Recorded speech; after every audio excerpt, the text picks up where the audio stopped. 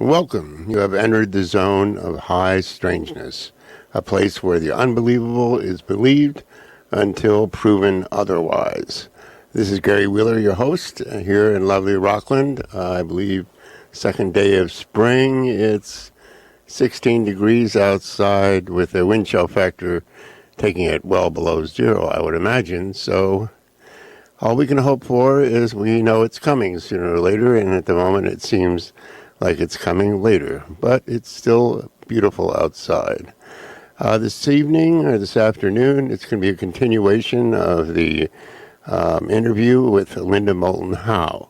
But first, I will invite callers, although I would like callers to make the calls, if possible, at the break at 4:30 and at the end, or towards the end of the show after the audio is over.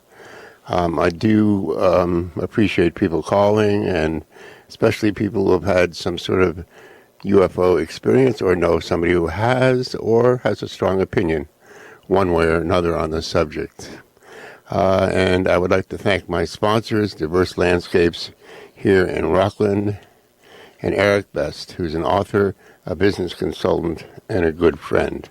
As I say, tonight is the last episode or part of the interview with Linda Maulton Howe, done by an organization called Dark Journalists. This is an extensive interview, which you are aware of because I've played it the last two shows.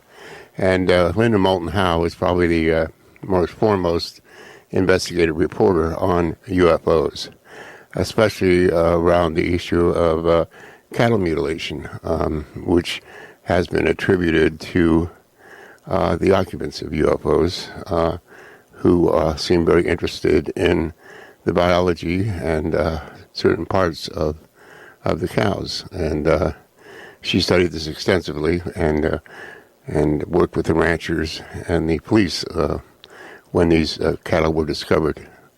This part of it will bring us to the end of it, and I'll talk a little between now and then, and that would be a good time to call.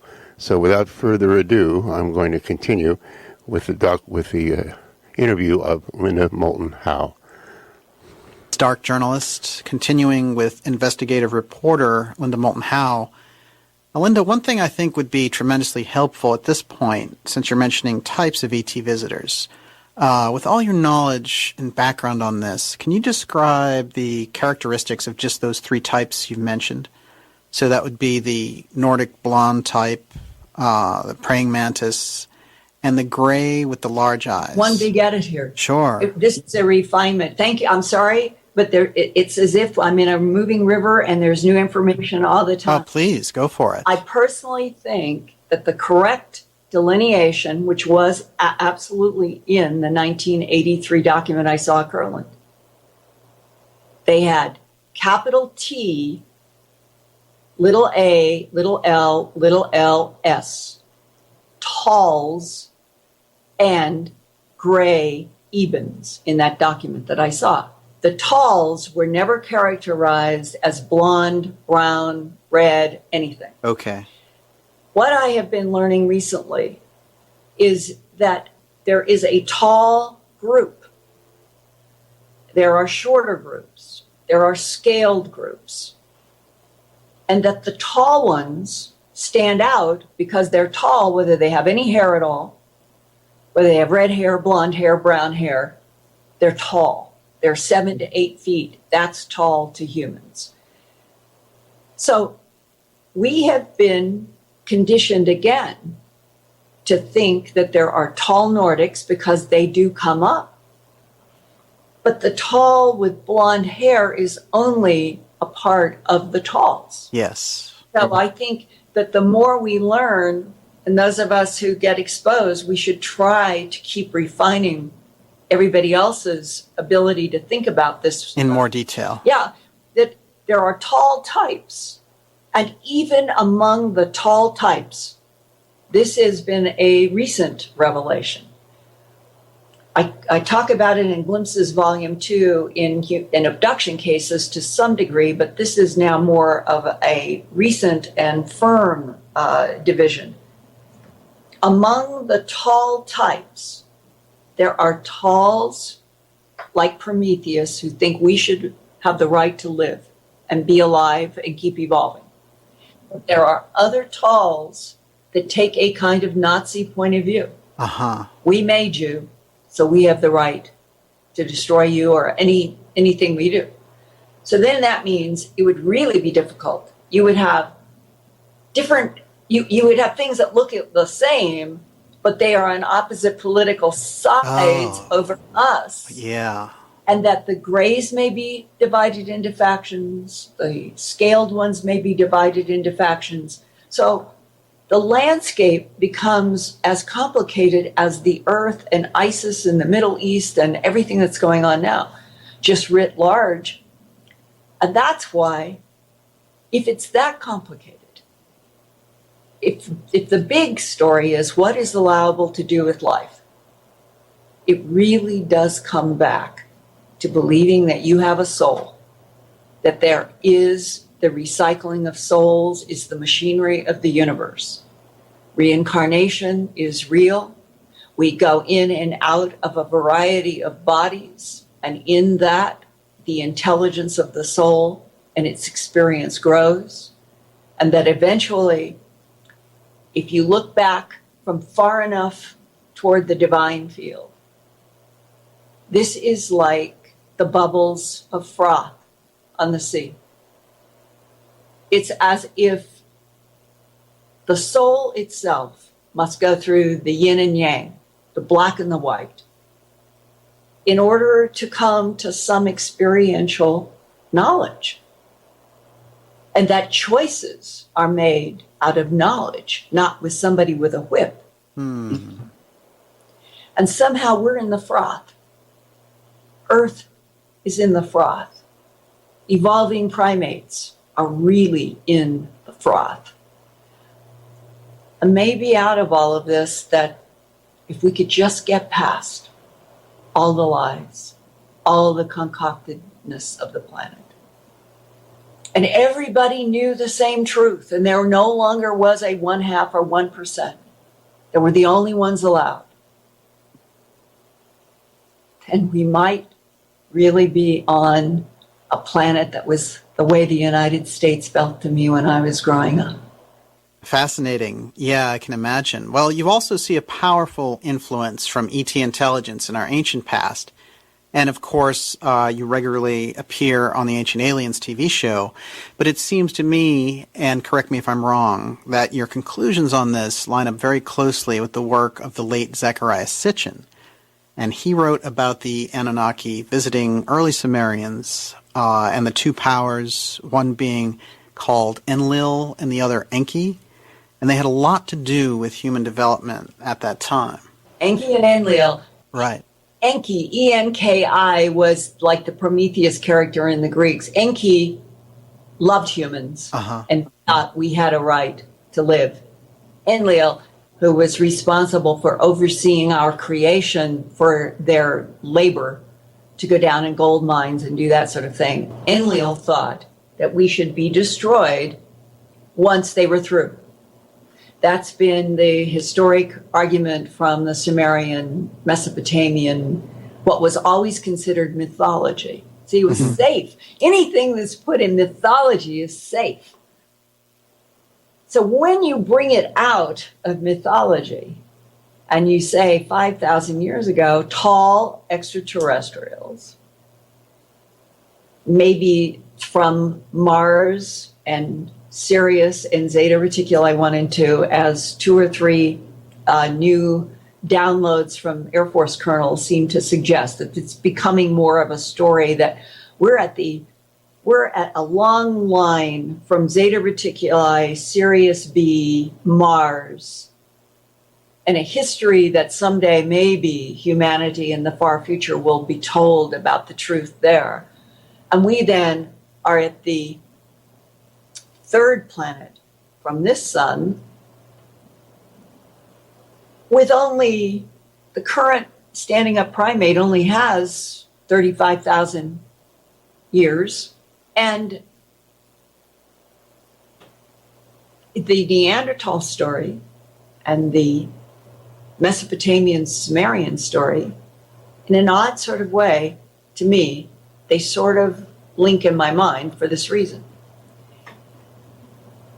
If the Enlil-Enki extraterrestrial factions, and remember we're talking about one type that split into two parties, one wants us to stay alive, one does not.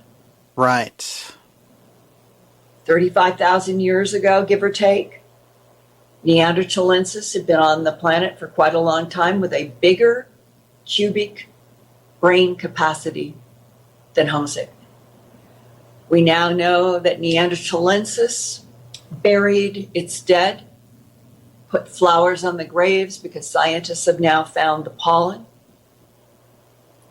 There is now work going on in France, Spain, and that area where they have now been able to carbon date, and they know that some of the fascinating geometric wall paintings were done by Neanderthalensis 45,000 years ago, before Homo sapiens sapien, this modern model, ever walked the planet. And where I'm coming is Enlil-Enki, historically, mythologically, have an argument about what to do with the life, as Zecharia Sitchin says that he translates. They made you, human, they made you. They wanted you to be the ones who could breathe the oxygen and mine the gold and do all this. They didn't want to do it. They couldn't live in this oxygen atmosphere like these that they made. They get into a fight. Well, that was 5,000 years ago. I'm going back 35 to 40,000 years ago. What is it that caused Neanderthalensis to be replaced by Cro-Magnon Homo sapiens sapiens? Was it ETs? And if it were ETs, what was it that they wanted in Cro-Magnon Homo sapiens sapiens that they didn't have in Neanderthalensis? Why are humans so violent? Is there something about death itself that is being studied or used? Would that then translate into how do you move dimensions? How do you move point to point? What is the translation technology for me to get up right in front of your camera and literally disappear? Because I have generated a field that I have learned how to do that will translate me to literally another dimension, but it can be like walking 2 feet away. There is a possibility. I'm just saying there is a possibility based on some things I've been exposed to, that one of the reasons for human abductions is trying to create a certain combination of a body container and a mind and a soul that can operate in what we would call the extrasensory perception level. Perhaps one of the keys to interdimensional travel is not brute propulsion. Brute, meaning we have fire and we're blasting things off with fossil. Yeah. It may be that eventually what we could learn is that all of this experimentation genetically is to try to come up with a species that is strong as a container, but has the ability to open up dimensional doorways. Oh, interesting. And if that is the end game, which several people that I respect have suggested, what happens at the moment of death? What happens over and over and over again? The container ceases to be alive because the heart stops pumping, and then the brain the brain is more like the car engine, keeps the car going. But if all of the near-death experiences and what one author calls death travelers, because they've been medically dead and they still see and they still have vast experiences and they still have their heart be brought from a flat line and their brain brought from a flat line, and they're describing, well, what else could have perceived? You have to come to the soul. That the soul is the animator, truly, of consciousness, not the brain, which is more like an engine. And that if the soul is the important part in terms of recycling, it's the only part that recycles, then the idea that we're in a multi-dimensional universe with parallel universes and timelines, that some know how to enter and exit,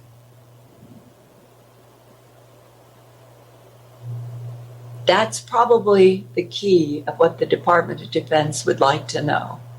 But what if it comes down to a mind or a consciousness soul combination?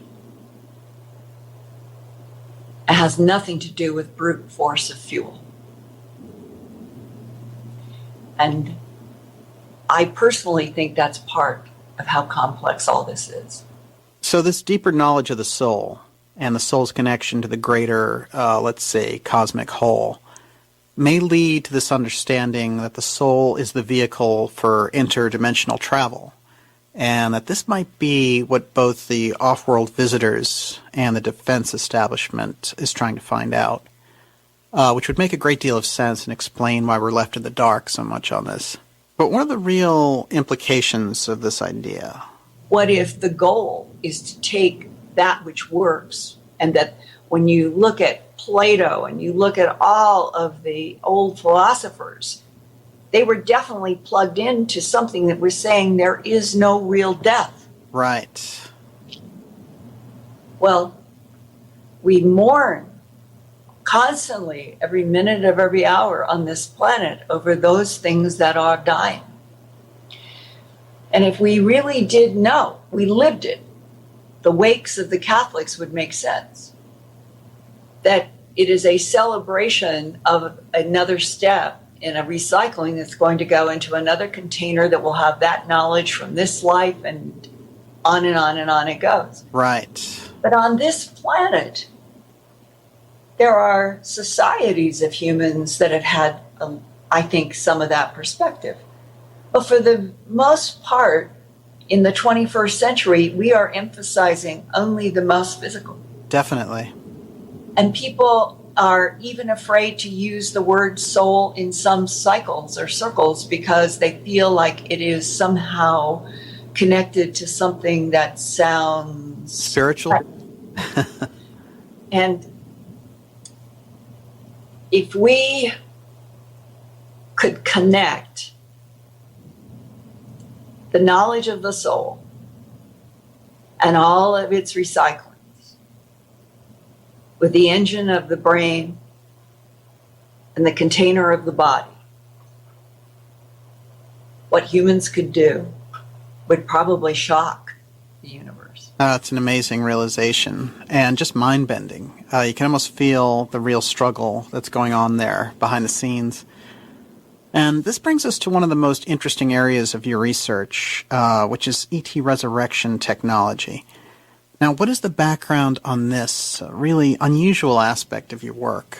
This is my third book, Glimpses of Other Realities. That's just a really excellent book. Thank you.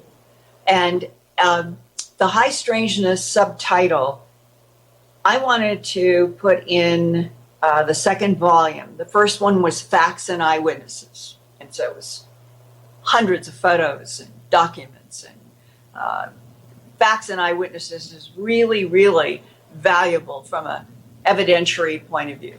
And so High Strangeness, Volume 2. I wrote those two books over 8 years, sort of with both of them in my head, one going here and then the next one pushing out. What I didn't know is that when I got ready to start on volume 2, as much as I had about government, military voices and other things, it was as if the universe just started pouring into me all of these cases that I did not know about when I did the first volume in the detail. So you felt like you were being helped. Yeah. So it reinforced that I needed to take this difficult subject of resurrection technology, or whatever word you want to use, that a whole bunch of people were showing me, drawing that they were having these cases. And this is why I'm saying it's like, it's so odd that when you live life, it's almost sometimes exactly when you need information, it comes into your life. Because before that moment, you would never have needed it or understood it. Right. So I met every single person who was in that huge chapter on this topic. Yeah. And what it comes down to is, I just want to briefly mention here that it seems like it made a deep impression upon you. it did, because if you're in my shoes, I don't sit in front of people and show them what everybody else has drawn or said. I'm there as a blank page for every person. And it's when I see 6 people in 6 different states, and they're drawing tubes with humans in them, ETs in them, going into descriptions about seeing one of their bodies dead, allowed to die in the presence of a gray or a praying mantis. And they're shown how the life force from the human moves into a body that they recognize as themselves, maybe 10 years younger. And then they are conscious in, and you say, what is doing the watching and the listening? One woman in Glimpses Volume 2, there is a woman who sent me her drawing. She was very talented. And she said, this is what's been happening to me since I was a teenager, and sent all these drawings. And they were compelling.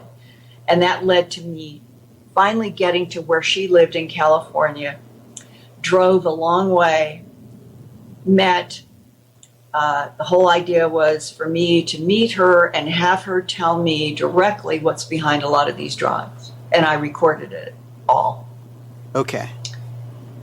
And at one point, as she is saying that what looked like a praying mantis showed her a room that was filled with yellow sparkling light, and called it the place of translation.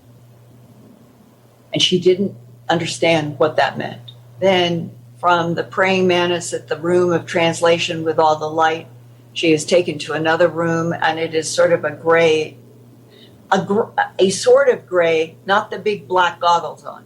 That's why it looks a little different, but a gray, who she understands as a scientist.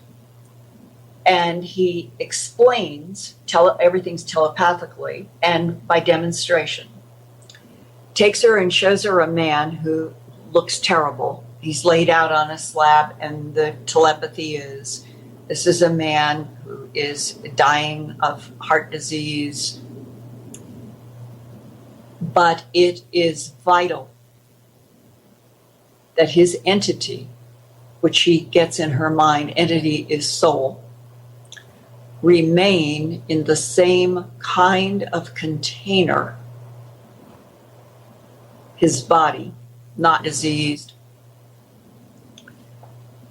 for X time long. And this is all telepathic with images in her head. So we're showing you what we're going to do to you. All right, I'm going to interrupt here just for a moment to this fascinating interview with Linda Maulton Howe. And just for a point of clarification, when she speaks of the praying mantis type of ET, These are thought to be the most intelligent of the ETs, and the actual terminology praying mantis refers to the shape of their heads, which is a very V-type shape like the praying mantis with very large eyes on the two corners of the upper triangle. And their bodies are spindly, similar to the other ETs that we've seen drawings of. So they're not exactly like a praying mantis. That's quite an image to have in your head. I'll take a moment to remind you you're listening to High Strangeness, and I'm Gary Wheeler, and this is WRFR 93.3 FM Rockland and 99.3 in Camden, and we're streaming on WRFR.org. So I'm going to quickly get back to the interview so we can get it all in this show. He's now dead. The gray takes its long fingers, scoops down into a chest, no blood, but scoops down, and she doesn't know how, pulls up the heart. Huh. Extends the heart, no bleeding, diseased, dead. But here he is, and here's one of the rows of tubes. Light coming from the top, light coming from below. All these bodies in these tubes. Of the light, she understands is somehow sustaining in perfection these bodies, these containers. Now, these are human bodies, right? Yeah, this is a row of humans, not any ETs. Got it.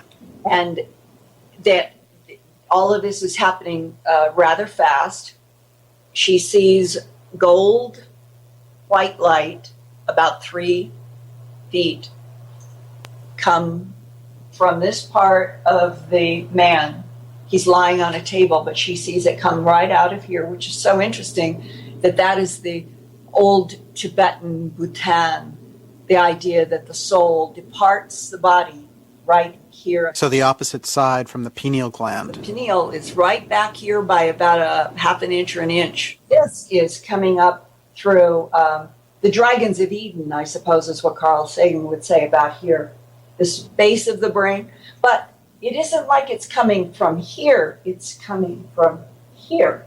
Here's the spine.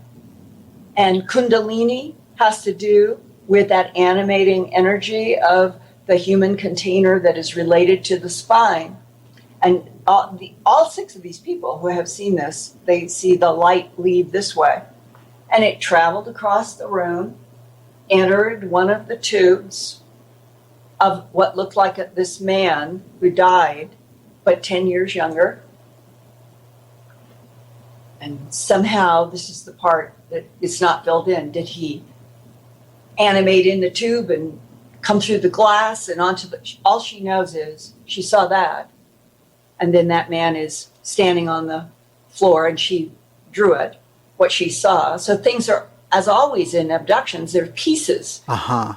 People don't have a constant literal, like you could tell every second story. So there are gaps. But it always happens in abductions, and we can't always fill the gaps in. I don't know why. But that sentence, the next sentence was, he will die in his home in Wisconsin or Michigan. That's where he lived. He will be in this body in a new life in Australia. But there will not have been the disconnect between what the entity had learned in that body to when they have some goal that they had for the learning of the soul in that body. So let me see if I understand this. He'll go and live in Australia for the remainder of this new physical life and continue experiencing and learning. Is that the idea? Yeah. Fascinating. And it suddenly explains the doppelganger phenomenon that Bud Hopkins and I and Dave Jacobs and John Mack and a bunch of us talked about probably starting in somewhere in the mid-'80s. There was a period of time where if you were investigating human abductions, you would meet people say, I was taken and they brought out and they showed me my exact mirror opposite. They called it the doppelganger effect. Right. So the idea that at one point, perhaps the non-humans were trying to get across this idea. This part doesn't matter, except to what is the goal of the soul. And that you can have a whole bunch of these looking the same, but it's what's inside in the soul that it counts. I mean, it could have been, nobody knows, because the doppelganger only happened in terms of a lot of people talking about it for a very short period of time, and then it just seemed to disappear. I have no idea why. But it may tie into this other thing, that what is happening with abductions, even mutilations, is much more complex than the surface idea of extraterrestrials from someplace coming, gathering sperm, gathering eggs. So the regular explanation for why all this is happening is probably not the whole story. I don't think it is. I think it's more along the lines of why that those tubes, there was an abductee who called it the resurrection technology. That's where the phrase, for me, started. And if this is part of the rapid cycle cloning and the hybridization technologies that have been described by people in the government, then that chapter in my third book, Glimpses of Other Realities, Volume 2, fills in with illustrations, all of these voices, a part that this one guy who worked for the DIA said, I never thought I would ever see what I thought was the most classified material that we had to deal with. And I open up your book, and there it is with illustrations, interviews, transcripts. That's great. And I said to him, and this is the truth, this is... I'm pretty sure you've done that to them more than a few times. If you guys in the government and military think that you have control over the interaction of extraterrestrials from wherever they come with humans, you're kidding yourself. Because if Truman signed a treaty that he thought that the ETs would check in on lists, which has been described now over and over again. Yeah, you can take a few people for medical, you can take a few animals for your genetic experimentation, but you have to check in with us humans on this list in Washington, D.C. I really think they thought that is the way it would work. Yeah. Clearly, it never has worked that way. And today, there are animal mutilations ongoing on the planet. Humans are being interacted with. Well, this is probably a good time to ask you if you think the abduction phenomena has changed over time. Now, it does seem like the reports are somewhat different somehow. It's a very good question. I'll tell you what I sense. Okay. If Samaria was one time where the extraterrestrials lived among the roly-poly human slaves and allowed themselves to be perceived as gods. They were extraterrestrials, but they let the roly-poly humans think of them as gods. Today, not only do extraterrestrials not exist for humanity as a whole yet, but even gods have become politically charged and controversial vis-a-vis what is happening in the Middle East and the rest of the world. That's true. And as bad as it is, it may be that out of this new shift, anything that would come to Earth in a beam of light and try to pass itself off as the overlord god to the planet Earth is going to have quite a tussle. Definitely. Some people will automatically go for it. Others will automatically fight it. So that to me is the change. Human consciousness has gone from being the easily manipulatable android that could be farmed, manipulated, dream manipulated, mind manipulated by intelligences just because they were more advanced and they can put holograms out. We don't know that it's not a tree.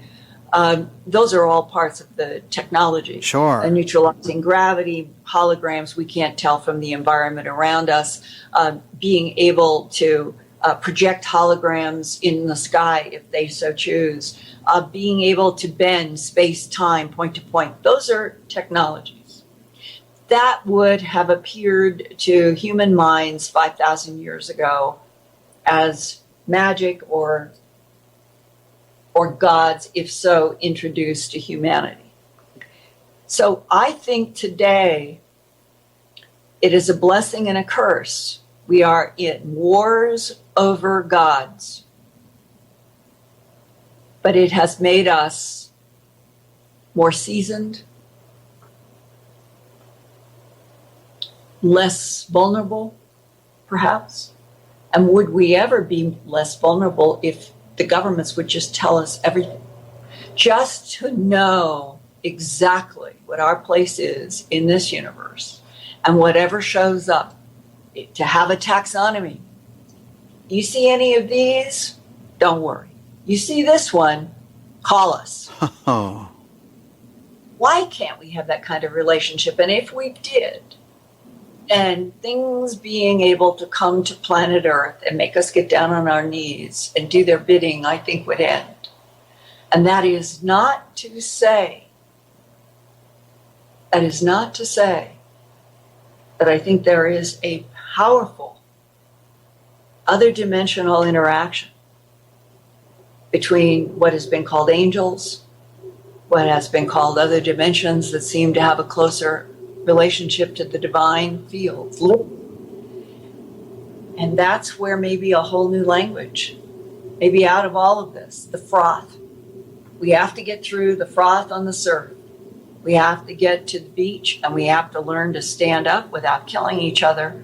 And once we do, then maybe we can have a relationship that will even allow interdimensional transport. Well, it could be that in some ways our perceptions have advanced, but would you say overall that now we're better off in terms of our understanding of the alien factor, or would you say that in the last 20 years or so, we've actually lost some of that awareness? Generally, I think that the vast majority of humans think all of this is nuts. Specifically because that was the role of World War II counterintelligence. Yeah. They want everybody to think it's nuts, it's weather balloons, and anybody who says otherwise is completely off the wall. Which then, what are humans more afraid of than anything? They're afraid of each other, criticizing each other, saying some sarcastic. Humans do not want other humans to think that they're nuts. Right. That is working for the government overtime 24/7, 365. So I run into it constantly. I think over the last 35 years that I've probably talked in depth and even recorded interviews with maybe 1,500 1,600 people in the abduction syndrome. That's a lot. Of that many, maybe 20 would be willing to be recorded and probably not use their real name. That's a pretty small percentage. Exactly. That's the reality. All that the public has ever been exposed to have been the tiny few cases where the people had the courage and the desire out of the same feeling that I have. That's the one thing I can tell you.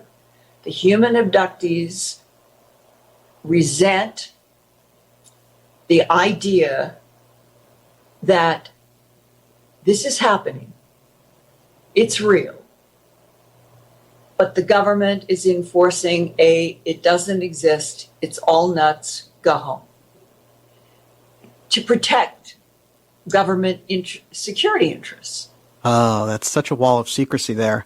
Now, I'm sure you get asked this a lot, but what do you think is actually going on behind the scenes on the government side in relation to the ET presence? Behind the scenes, they're working with extraterrestrials, back engineering their technology, and they want to access zero-point energy. They want to move dimensions. That's what this government wants. Probably already can neutralize gravity underground. That seems very likely. They don't want the surface life to know that. Too hard to control, too hard to manage. Let's go through another 500 years. Let's keep the same mythology for another 500 years. Everything will be that much more manageable. There will be wars. People know how to handle wars. We'll try to keep the wars concentrated in certain parts of the world. I mean, really, this is the way it's going. Well, Linda, let's go one step further. Now, based on your research, what do you think the relationship is between the government and the ETs? Well, there's books written by whistleblowers about this. Yes. I personally think that two very important books are Helen Luttrell's Rachel's Eyes about the hybrid in Sacramento that lived with her blind daughter at the college. And I think Anthony Sanchez's UFO Highway that goes into the Air Force colonel who did the download. It sounds phantasmagorical, but there are certainly lots of other people who support pieces of it. That this didn't start nearby. The Zeta Reticuli 1 and 2, drawn by Betty Hill in the Betty and Barney Hill case, was the origin point for at least some of the extraterrestrials involved with this planet, and paints this whole huge story of migrating 37.8 light years from Zeta Reticuli 1 and 2 through Sirius B to Mars, what happened in Mars, which eventually I think it will be learned. Some heavy-duty stuff went down on Mars. It looks like we've even found artifacts there. I think NASA probably knows a lot more than they're ever going to own up to. Well, if NASA is keeping their discoveries hidden and the government and the military are just putting a veil of secrecy over all these questions, how are we ever going to get to the truth? The way I approach this is if you go to a museum where there are French pointillisme, that was a certain kind of art in France, and it's made up of thousands of little dots of color. And the only way that you can literally see a pointillisme in a French art exhibit, you have to back 50, 100 feet away. So the pointillisme was sort of a fad for a while because people loved that idea that you got up close and all you saw were these dots. Right. And you come back and then you can see the picture. If you take Anthony Sanchez's colonel, if you take Helen Luttrell's colonel, if you take Lieutenant Colonel Philip J. Corso, if you go to Ruppelt in the Air Force, if you take every year, if you went back 60 years, and you took 60 years of the military voices that have managed to reach the public, and you don't say, this is true, you say, take them all, and then put them up like a pointillisme painting. What do you get? And what you get, more than one type of extraterrestrial that's been interacting in this planet. One DIA guy said they had proof in our government of at least 270 million years. That's before the time of the dinosaurs. That there are conflicts. There are struggles. That the struggles are political and they often have something to do with what is allowable to do with life, and that in fact the extraterrestrial conflicts between different types started because one extraterrestrial did something genetically to the other. These are all parts of this pointillism. Yeah.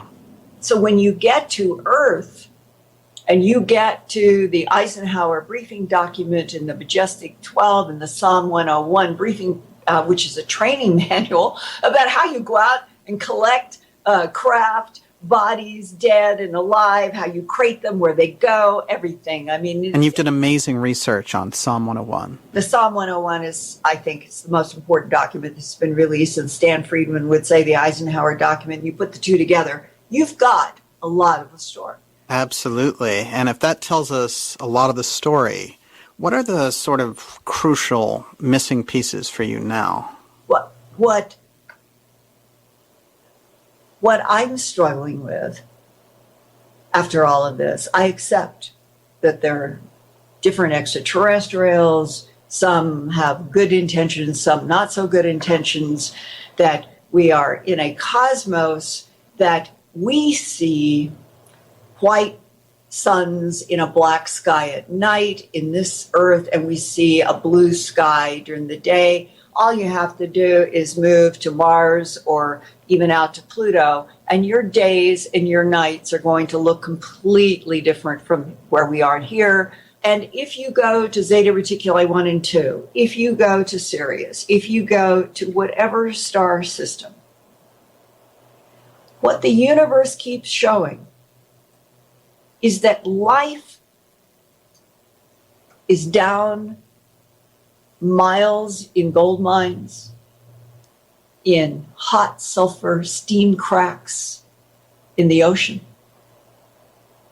up in the Mount Everest, up in the stratosphere. We're now got tests that are bringing back samples that are coming from our own stratosphere, and I think the best you can say as a fact is they're finding unusual things. Is it truly DNA prepared seeds of life by extraterrestrials? I don't know yet, but nevertheless, life seems to be one of those guiding, pushing principles, at least in this universe. Yeah. So for the strangest concept of all is that we're alone in the universe. That to me has always been nuts.